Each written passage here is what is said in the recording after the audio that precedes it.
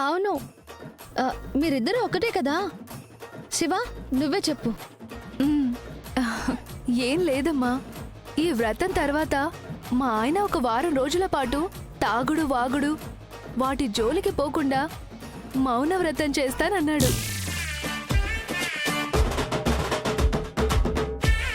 మంచి నిర్ణయం తీసుకున్నావు బాబు. నేను చెప్పాలనుకుంది అది కాదు అత్తయ్య. డబ్బులు ఏర్పాటు చేసింది. అవునా? అయితే నాకు నోరు తెరిచి మాట్లాడే పని లేదు.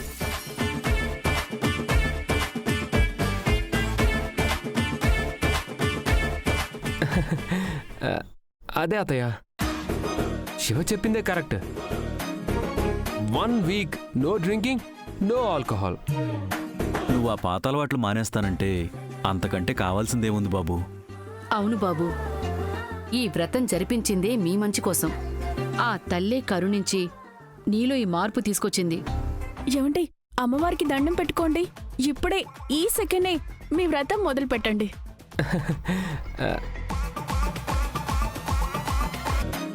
అంతా ఓకే అయిన తర్వాత మనం మౌనవ్రతం చేయడంలో తప్పే ఉంది.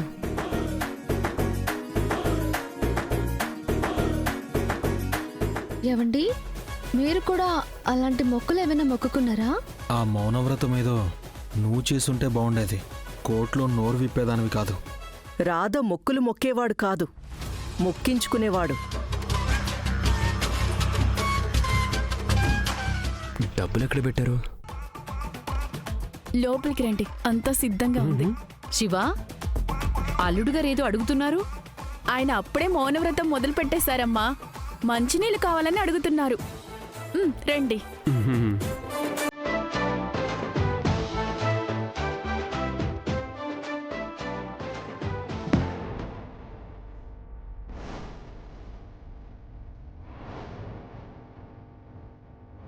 ఏవండి, మీకు కూడా వాటర్ తెస్తాను.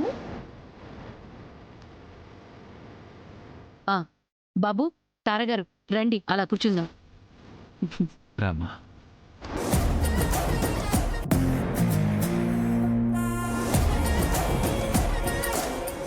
వదిన గారు, మీరు డబ్బులు ఇవ్వకుంటే అత్తయ్య గారి లబ్డబ్ ఆపేద్దాం అనుకున్నా. భలే వారు మరిది గారు, నేను మరీ అంత దుర్మార్గురాలనా ఏంటి? త్వరగా డబ్బులు ఇవ్వండి, అప్పుడే నాలుగు లాగేస్తుంది. నోరు తడి చేసుకోవాలి.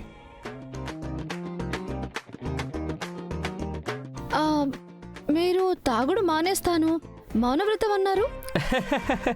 అది వాళ్ళకి, నాకు కాదు. అక్క, నువ్వు వెళ్ళి డబ్బులు తీసుకొనిరా. ఈ లోపు నేను మా ఆయన నోరు తీపి చేస్తాను. ఎంతైనా ఇది తీయటి విషయం కదా. పద పద. రాజా రాజాది రాజాది రాజా.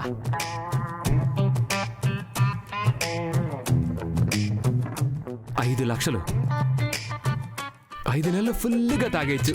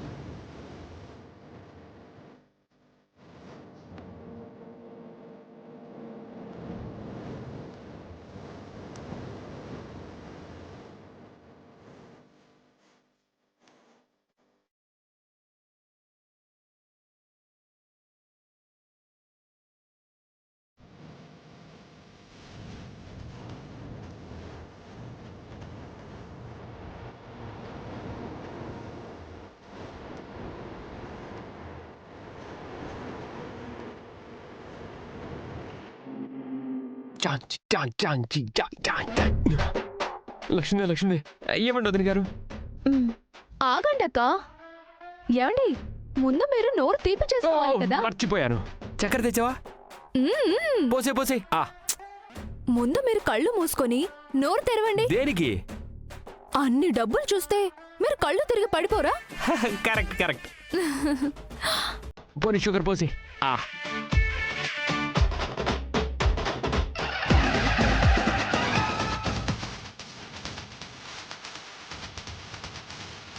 షూ!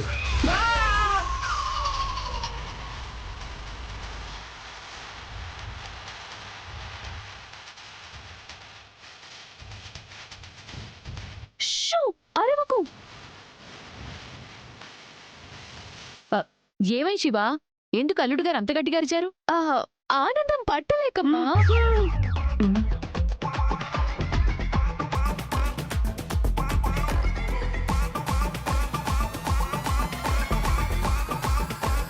ఆనందం ఎందుకమ్మా? ఆ, వ్రతం ఇంత బాగా అయింది కదా నాన్న.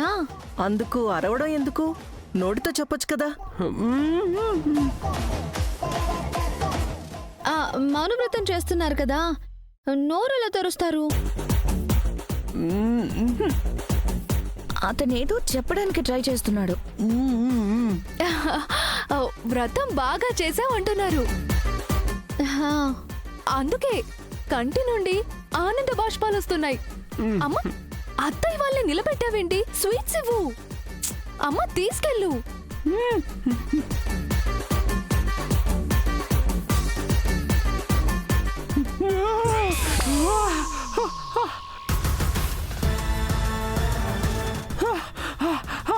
మా అక్కని బెదిరిస్తావా? నీకు బాగా అయిందా? నువ్వు బెదిరిస్తే బెదిరిపోతావు అనుకున్నావా?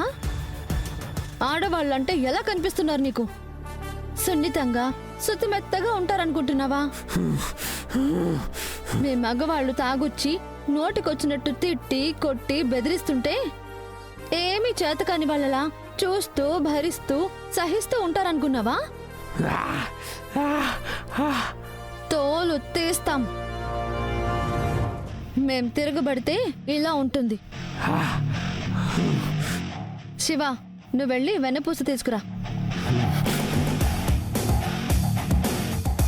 ఇంకో వారం పాటు నువ్వు నోరు తెరవకుండా ఉండడం కోసం ఇలా చేశాం. ఈలోపు ఇంకేవైనా వెర్రి వేషాలు వేశావో ఇప్పుడు నోట్లో నాలుగే పోయింది. రేపు ఒంట్లో ఏ అవయవం పని చేయకుండా చేస్తాం. గుర్తుపెట్టుకో.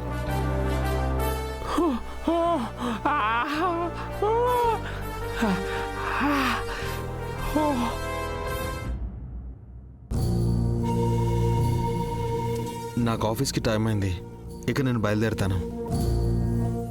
నేను కూడా వస్తానండి. వ్రతం అయిపోయింది కదా, ఇక్కడ నాకు పనేం లేదు.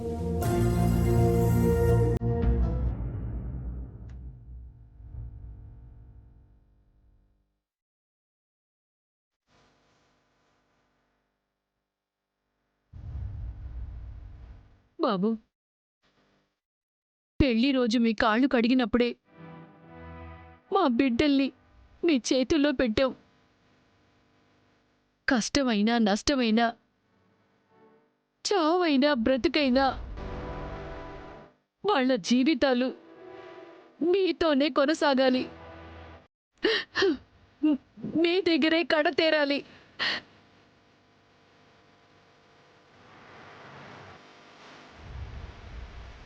ఈ చేతులతోనే ఎన్నో పెళ్ళిళ్ళు జరిపించాను. ఎన్నో సంసారాలు నా చేతులతో నిలబెట్టానని అందరూ అంటుంటే చాలా సంతోషించాను. కానీ నా కూతుళ్ళ విషయంలో మాత్రం వాళ్ళెప్పుడు కంటతడి పెట్టకుండా చూసుకునే బాధ్యత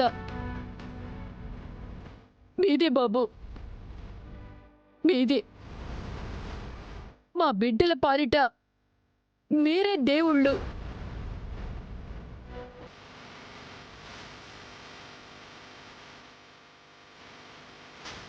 మీ చల్లని చూపులు వాళ్లపై ఎప్పుడు ఉండాలి.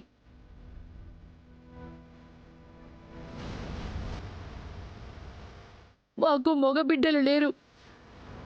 అల్లుళ్ళైనా కొడుకులైనా దేవుళ్ళైనా మాకన్నీ మీరే బాబు, మీరే.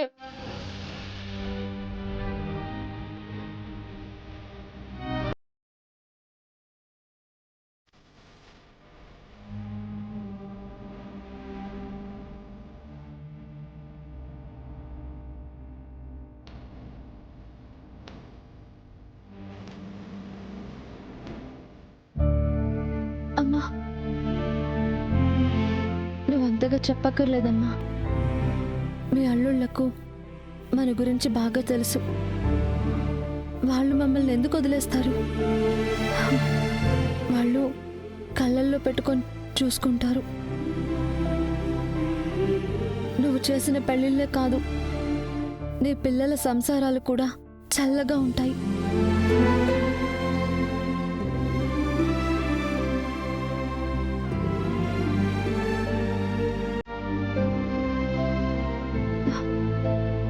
మమ్మల్ని దీవించమ్మా. నాన్న, అక్క, శివ.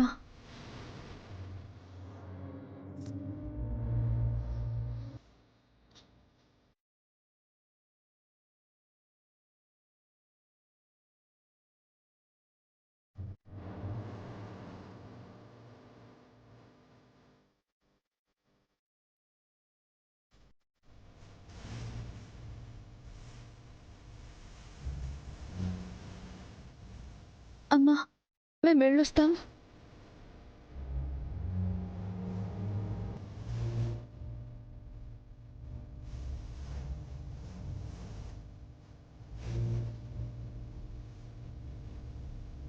వెళ్ళొస్తాను రాణమ్మా.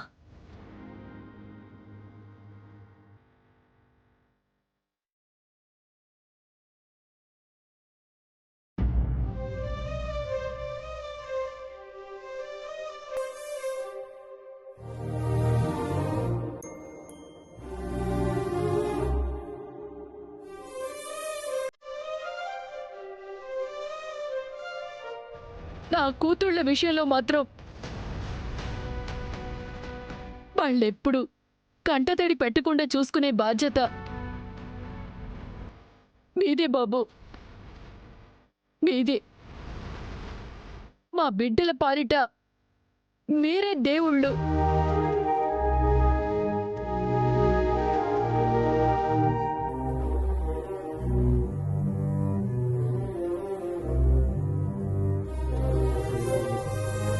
ఏవండి, మీతో కొంచెం మాట్లాడాలి. మా ఇంట్లో అమ్మ వాళ్ళు మిమ్మల్ని దేవుళ్ళుగా చూస్తున్నారు. మా జీవితాల గురించి, మా సంసారాల గురించి తపన పడుతున్నారు. కానీ మీరేమో విడాకులిచ్చి నన్ను వదిలించుకోవాలి అని అంటున్నారు.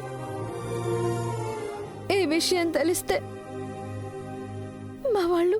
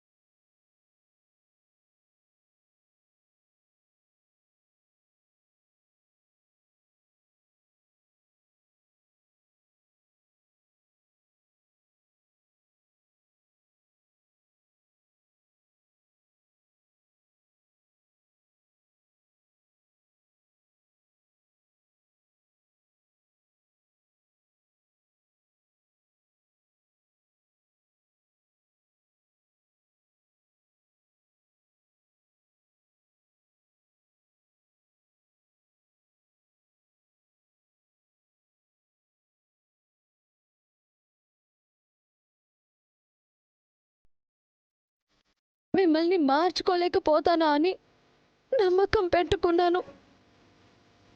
నేను ఎంత బాధపడుతున్నా మీరు మాత్రం నాకు మంచి భర్తగా మారడానికి ఏ మాత్రం ప్రయత్నం చేయడం లేదు. గతంలో మీకు జరిగిన దాని గురించి తలుచుకుని అదే మనసులో పెట్టుకుని నన్ను దూరం చేసుకోవాలి అనుకుంటున్నారు. ఒప్పుకుంటాను, శరీరానికి తగిలిన గాయం మానుతుంది, కానీ మనసుకి తగిలిన గాయం అంత త్వరగా మానదు అని. అలాగే మీరు కూడా ఒకటి అర్థం చేసుకోవాలి. అందరూ అమ్మాయిలు ఒకేలా ఉండరు. అందరినీ అదే దృష్టితో చూడకండి. నన్ను నమ్మండి. మీరు మారే వరకు ఎంతకాలమైనా మీకోసం ఎదురు చూస్తాను. దయచేసి దయచేసి మనకు విడాకులు వద్దండి. నా మాట వినండి. నా వల్ల మీరు ఏమీ కోల్పోరు.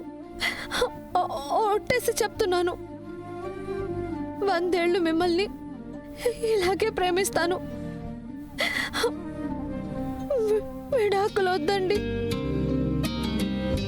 ఇప్పటికే చాలా లేట్ అయింది కృష్ణ, పడుకో. రేపు కోర్టుకెళ్ళాలి. ఎక్కడ ఎక్కడ ఎక్కడ ఎక్కడ ఎక్కడ నీ ప్రేమ? ఈ ప్రశ్నకు బదులుంటే చెప్పమ్మా. ఎందుకు ఎందుకు ఎందుకు నీకీ మొండితనం ప్రేమ? నాకు దూరం అవ్వడమే గెలవడమా? నీ పంతం నీదేనంటావే, నా సొంతం అయ్యేదారుం నా కనబడదంటావే.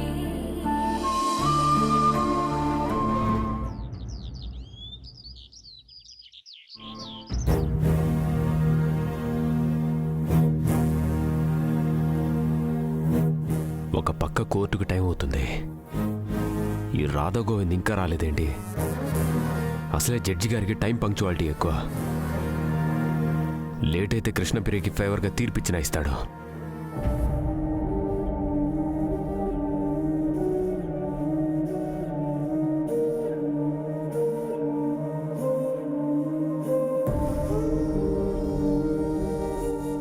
ఏంటి లాయర్ గారు మౌనంగా ఉన్నారు? కోర్టులో ఎలా వాదించాలా, మాటలతో మనుషుల్ని ఎలా మార్చాలా అని ఆలోచిస్తున్నారా? నువ్వు ఎంత ఏడ్చినా నేను మారే వ్యక్తిని కాను. నీ కన్నీళ్లు వృధా తప్ప ఉపయోగమేం లేదు. మీలో మార్పు తీసుకురావడం భార్యగా నా బాధ్యత. మీరు ఏం చేసినా మీ నుండి నన్ను దూరం చేయలేరు. అవునా? చూద్దామా? చూద్దాం.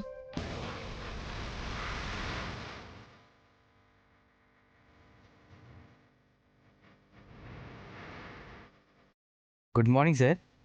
వెళ్ళు.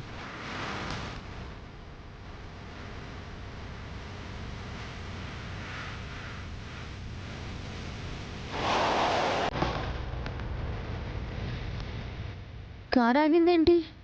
పెట్రోల్ అయిపోయిందా? పొద్దున్నే ఫుల్ ట్యాంక్ కొట్టించాను. అయితే ఇంజిన్ ట్రబుల్ ఇచ్చిందా? ఇంజన్ మంచి కండిషన్లో ఉంది. మరి కార్ ఎందుకు ఆగింది?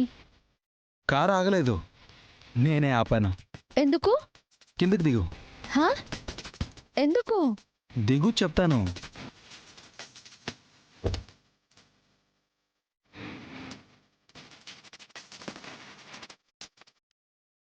ఇక్కడి నుంచి కోర్టుకెళ్ళు. అదేంటి మీరెక్కడికి వెళ్తున్నారు? కోర్టుకెళ్తున్నాను. మరి నన్నెందుకు దింపారు? మొన్న హియరింగ్లో జడ్జి గారు ఏం చెప్పారు? ఏం చెప్పారు? ఇద్దరూ కలిసి ఒకే ఇంట్లో ఉంటున్నారు, ఒకే కారులో వస్తున్నారు, కానీ మీకు విడాకులు కావాలా అని అడిగాడు. ఇద్దరూ కలిసి ఒకే ఇంట్లో ఉంటున్నారు, ఒకే కారులో కలిసి కోర్టుకొచ్చారు, కానీ విడాకులు కావాలంటున్నారు. ఎందుకు? అందుకని నన్ను ఇలా మధ్యలో వదిలేసి వెళ్తున్నారా? నీతో చివరిదాకా ఉంటానని నేను చెప్పలేదు కదా. మన అగ్రిమెంట్ కూడా అదే కదా. ఇది అన్యాయం. అయితే మ్యూచువల్ డివోర్స్ ఒప్పుకో. కోర్టుకు వెళ్లాల్సిన పనే ఉండదు. ఇట్నుంచిటే ఇంటికి వెళ్ళిపోవచ్చు.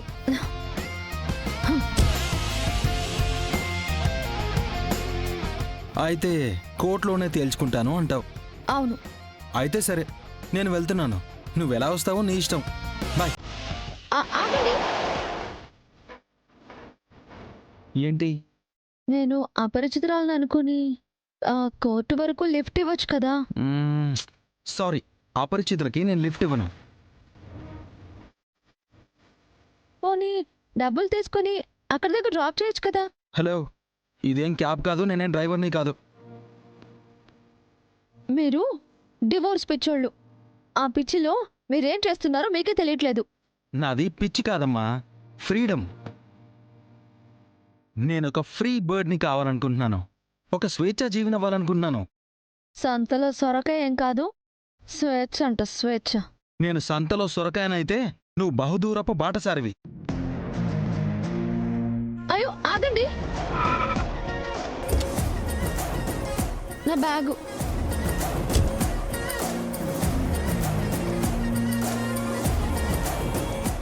ఏం మనిషి తను, కొంచెం కూడా మానవత్వం లేదు.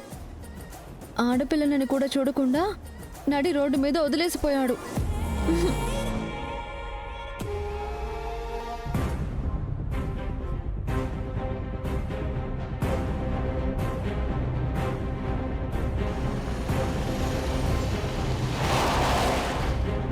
అమ్మయ్యా, వచ్చేసాడులే.